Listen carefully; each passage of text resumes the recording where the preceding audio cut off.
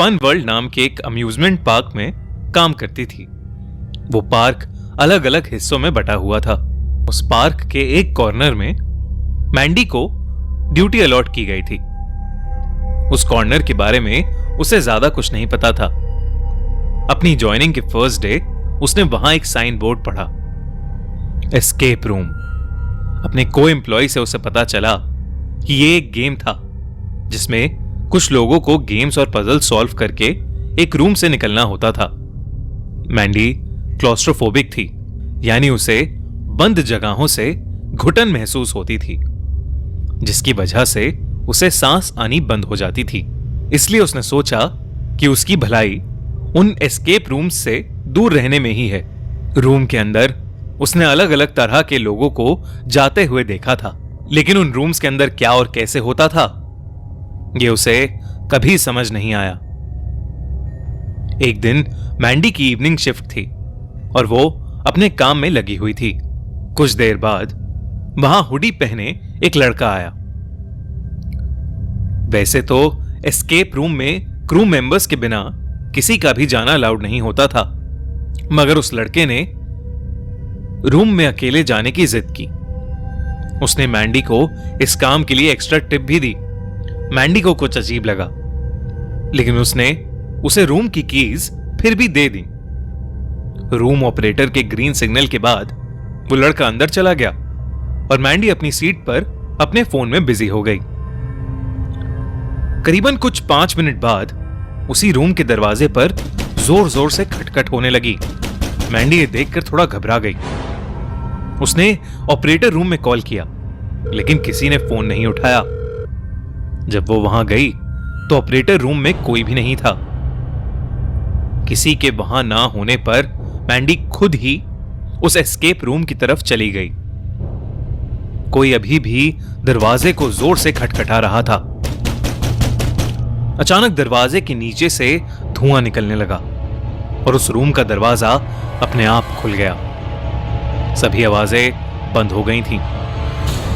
मैंडी उस रूम में गई तो अंदर जाने पर बहुत सारा धुआं था और पूरे रूम में एक लाल रोशनी चमक रही थी। अंदर उस लड़के को ना देखकर मैंडी थोड़ा घबरा गई। अच्छी तरह से ढूंढने पर भी वहां उसे वो लड़का नहीं मिला।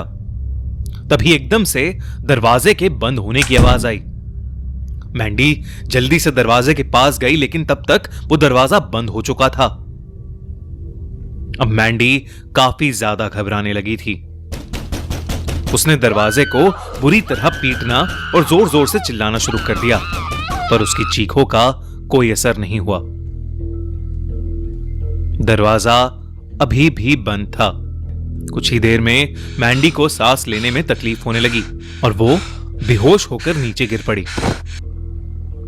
जब मैंडी की आंखें खुली तो वो उसी रूम में थी। रूम में अब कोई धुआं नहीं था, बस एक स्क्रीन लगी हुई थी। वो स्क्रीन को ध्यान से देखने लगी और एकदम से वो स्क्रीन स्विच ऑन हो गई। ऐसा लग रहा था कि जैसे उस रूम के दरवाजे पर कोई सीसीटीवी कैमरा था, जिसकी फुटेज उस स्क्रीन पर चल रही थी। मैंडी वहां बैठी हुई उस स्क्रीन पर सभी लोगों को आते हुए और रूम का पजल सॉल्व करते हुए देख रही थी। तभी उसे वहां वो हुडी वाला लड़का उस रूम में आता हुआ नजर आया। वो 5 मिनट वहीं रुका और फिर दरवाजे पर जोर जोर से नॉक करके कैमरे की रेंज से बाहर आ गया।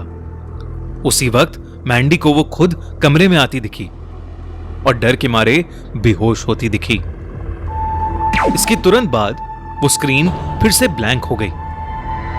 फिर जो हुआ उससे मैंडी के रोंगटे खड़े हो गए। वो लाल रोशनी अचानक से गायब हो गई और कोई अदृश्य शक्ति मैंडी को खींचकर उस कमरे के कोने में ले गई। उस कमरे में अब बिल्कुल शांति थी। स्क्रीन की लाइट की वजह से उस कमरे में थोड़ी सी रोशनी हुई। उस रोशनी में मैंडी को वो हुडी वाला लड़का अपने सामने वाले कॉर्नर में बैठा दिखाई दिया। उसे देखकर मैंडी डर उठी, लेकिन उसने दबी आवाज में उस लड़के से पूछा कि क्या उसे उस कमरे से बाहर निकलने का रास्ता पता है? वो हुडी वाला लड़का उससे कुछ नहीं बोला और बस मैंडी को घूरता रहा। मैंडी को अब फिर से सांस लेने में दिक्कत होने लगी थी।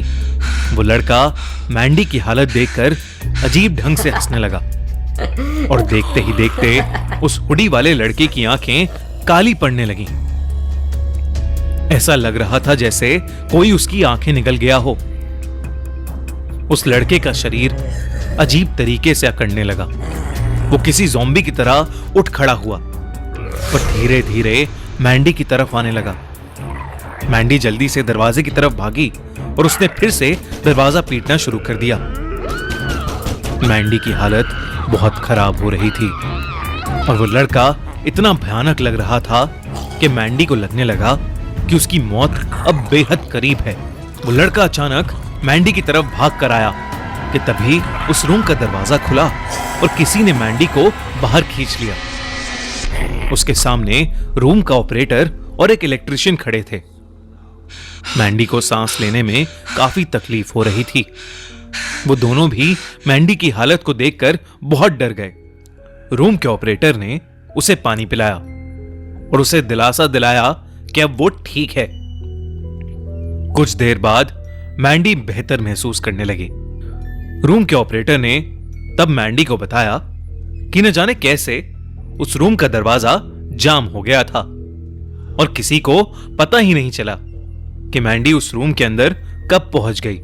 जब मैंडी ने सबको अपने साथ हुआ पूरा किस्सा बताया तो मैनेजर ने सीसीटीवी फुटेज चेक की। हैरानी की बात थी कि उस फुटेज में ना ही कोई हुडी वाला लड़का दिखा और ना ही मैंडी के साथ हुई कोई पैरानॉर्मल चीजें। ऑपरेटर ने मैंडी को अलग से बताया कि कई सालों से एक अफवाह चल रही है कि उस कमरे में एक बार एक लड़का अकेले चला गया और एक इलेक्ट्रिक शॉक लगने की वजह से उसकी मौत हो गई थी।